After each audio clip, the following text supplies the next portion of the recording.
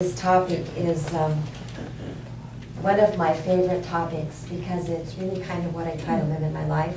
It's how I see. It's how I see the world, and so it's kind of fun to be able to talk about this today. As I was preparing for this talk, my mom knows because she works in the office 5 days a week and sort of overhears some of what goes on my computer. I was trying to find a good rendition of "His Eye is on a Sparrow." That old gospel song, Mahalia Jackson, yeah? His eye is on the sparrow, and I know God watches over me. It's that idea. It's that idea that there is this benevolence in this universe that just is. Now, does it always show up the way we want? No. That's kind of the bad news. But the good news is, there is this, in the Christian tradition, this all-sufficiency. There is this allness of God that permeates everything all the time, whether we know it or not, whether we recognize it or not. And so this morning, I don't believe that there is a benevolent universe. I can tell you the truth. I know there's a benevolent universe. And that's a big difference.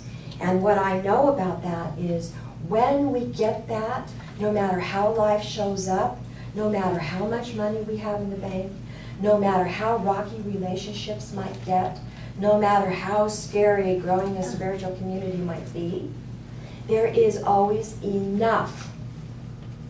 Does it look exactly like I want it to look in any area? Maybe, and maybe not.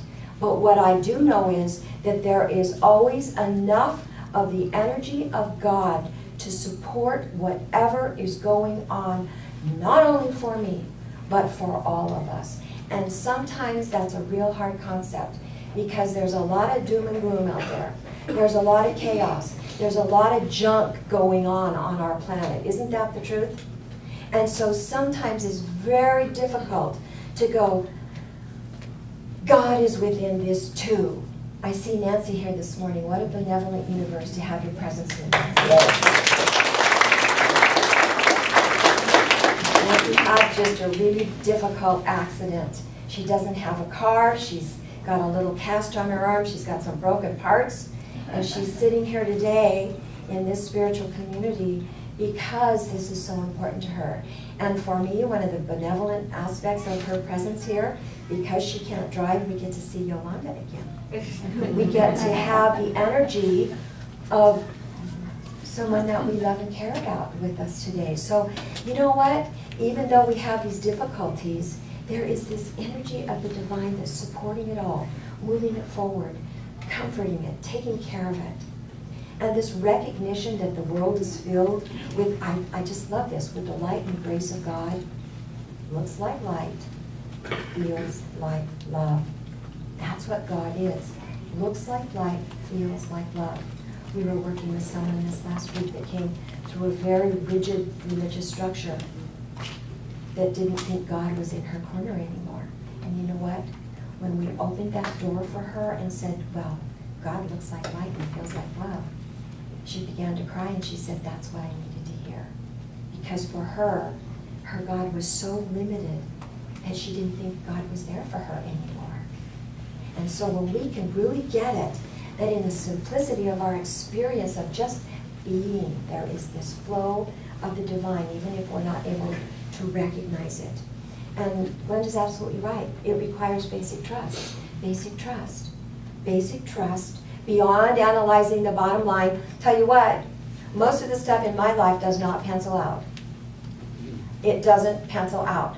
When I look at what's going on in my life today or in the past, I go, man, how is that going to work? How did that work? But you know what? There's always enough. And I'm always amazed.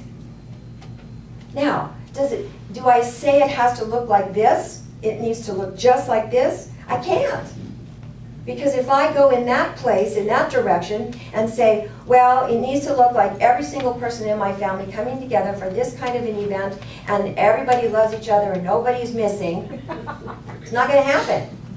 Some people don't live near. Some people are estranged from their family. Some people don't like each other too much. Yeah. But what I do know is that within all of that, there is this feeling of love and light that permeates all of it, that can embrace the differences, that knows, and you know what? It spans the distance. It spans the distance. Do you know what I mean?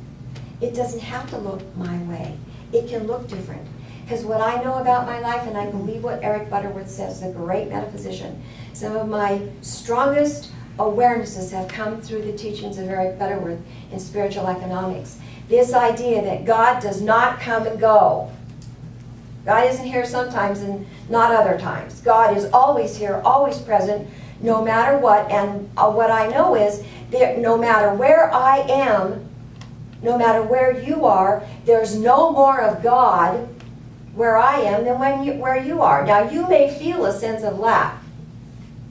You may feel like you don't have enough. That's your perception. The truth is, no matter what, the allness of God is wherever you are. Period. That's the truth. That's the truth. And we are just called upon to remove the blocks in our own awareness that prevent us from seeing that for ourselves. Whether we're talking about money, whether we're talking about love, whether we're talking about feeling worthy, whether we're talking about passion and purpose in life, whether we're talking about our heart's desire, it doesn't matter what we're talking about. God is within all of it, and there is enough if we open to it. I think about my living situation. A couple of weeks ago, we had 6 people living in our home. Now we have 7. Now we have 7.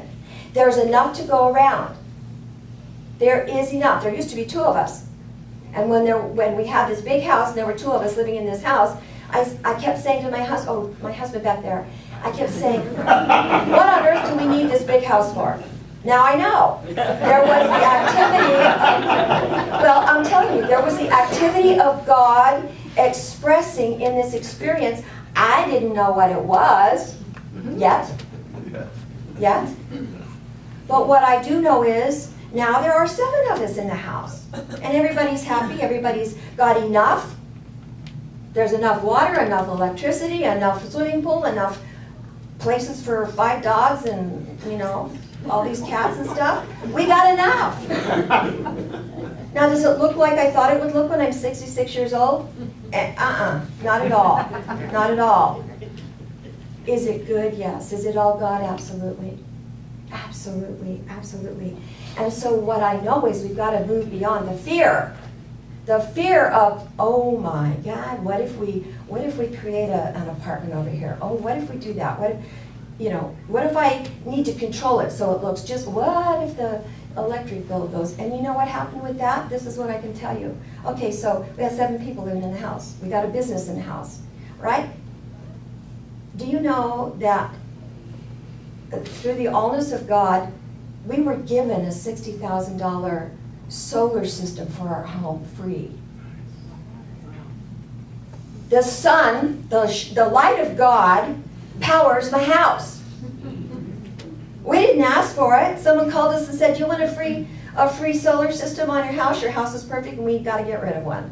And we said, "Wow, okay." So now we got 7 people using electricity that is sponsored by the sun. And someone out there with grace that decided we needed this system on our house. Do you see what I mean? Who would have thought? Who would have figured that one out? I couldn't have ever imagined that. But we're open. We just know there's an all-sufficiency. I love that old-fashioned term, all-sufficiency, as Eric Butterworth would say. And guess what? I want to tell you something. If you're from a Christian tradition, you may have heard this many times. The windows of hope of heaven will open and pour its blessings down upon you. No. No. The windows of heaven are open, and you are standing right in the middle of all the blessings. You see, because the idea is, if that window of heaven is going to open, guess what it can also do? Close. Yes. And guess what? If you're not standing under the window, guess what happens? You don't get your share. So I'm telling you that there is this abundant, benevolent universe, this energy of the divine moving in your life all the time. And my invitation is, just get out of the way. Let it express itself. Let it be part of your awareness so that you step away from the fear of not having enough. I love what Eric Butterworth says. He says most of us are suffering from onlyness. Onlyness. You know what that is? I only have this much. I only have this kind of job. I only have this much time. I only have this much energy. I only. And his invitation is, get rid of that word. Get rid of that word. Because if you're banking on the only, you're spending too much time worrying about and focusing on that, and you're not opening to all of the rest of the abundance and the benevolence of the universe. So if I rule the world, and if I could make wave a magic wand over the whole thing like the good witch Glinda that we're going to see on the evening of our party, I would abolish the fear of not enough. And you know what would happen? I had this discussion with my family. We'd have a family get together every single morning around coffee, and we'd chat and talk about important things in the world. And you know what?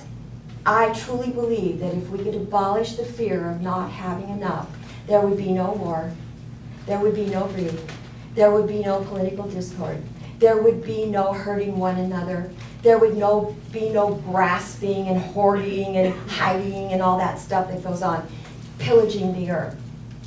This fear of not having enough, of not recognizing the benevolence of the universe, drives much of the dysfunction of not only our own lives, but of our culture, of our world, of our planet. I believe that at the depth of my soul. So my magic wand would say, there is enough. Please join me in knowing that. We were born out of the allness of God. We are that stardust. We were formed of that. And we are surrounded by that all the time, whether we know it or not. And it is the simple recognition of the simple things in our life that help us remember that truth.